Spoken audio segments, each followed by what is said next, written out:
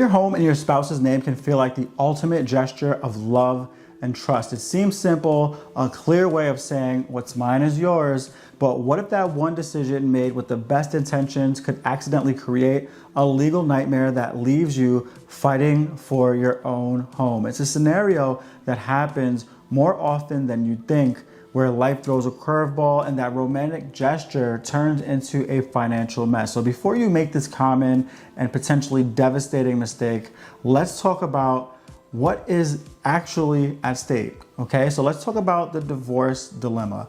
Let's start with the most obvious risk, which is gonna be divorce. How a house is divided all comes down to whether you live in a community property state or a common law state. There are 9 community property states like California and Texas. In these places, assets bought during the marriage are generally treated as belonging to both spouses. So if the house was purchased while you were married, it's typically considered joint property and divided regardless of whose name is on the deed. But it's not always a strict 50-50 split. Courts can adjust the division, and things like prenuptial agreements or inheritances can change the equation entirely. However, most states are common law or equitable distribution states. So here the name on the title carries a lot of weight.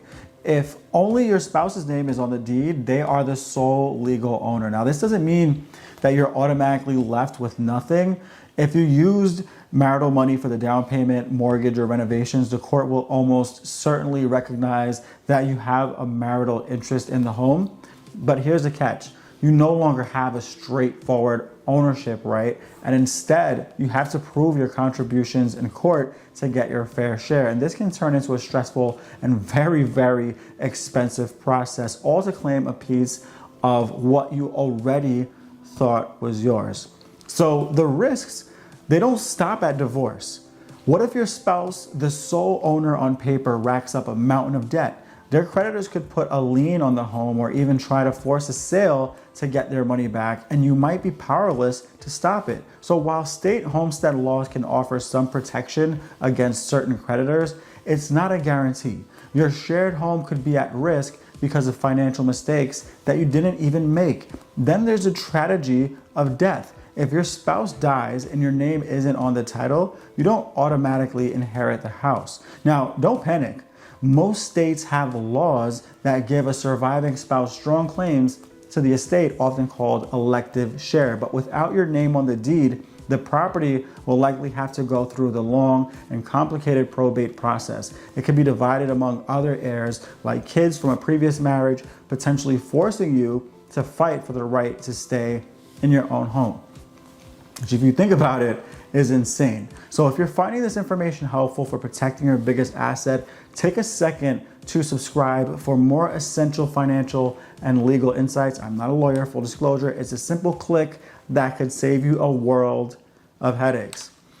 So with that being said, how do you sidestep this whole mess? The solution usually lies in how you title the property from day one. So while you should always get professional advice, joint ownership offers powerful protection for most married couples. One of the most popular methods is joint tenancy with right of survivorship. So this means you both own that property equally, and if one of you passes away, the other automatically becomes the sole owner, which helps avoid the long and often costly probate court process. An even stronger option available in about half the states is tenancy by the entirety.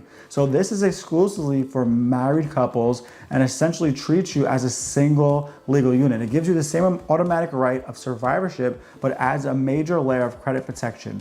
Generally, a creditor who is only after one spouse can't force the sale of the house to cover that individual's debt. But this protection isn't absolute. It usually doesn't apply to joint debts or federal tax liens.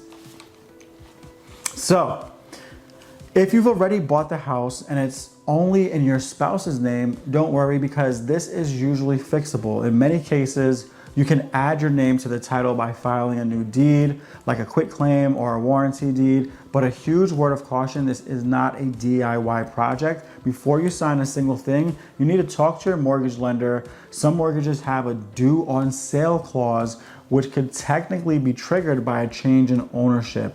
So federal law often protects transfers to a spouse, but you have to be sure. You also absolutely need to consult a real estate attorney. They can advise you on the right type of deed and make sure you don't accidentally create tax problems or mess up all of your title insurance. So with that being said, deciding whose name goes on a property deed isn't just a romantic gesture. It's a critical financial decision with lasting consequences. In most states, the name on that title holds immense power, and leaving one spouse off can expose your family to huge risks from divorce, debt, and even death. So the safest path is always the one that's planned and legally sound. Talk to each other, understand the laws in your state, and most importantly, get a professional advice from a qualified real estate attorney. That's the real act of love and trust, making sure that no matter what life throws at you, your home and your family are protected. So have you and your spouse discussed how you own your property? Let me know your questions or experiences in the comments down below.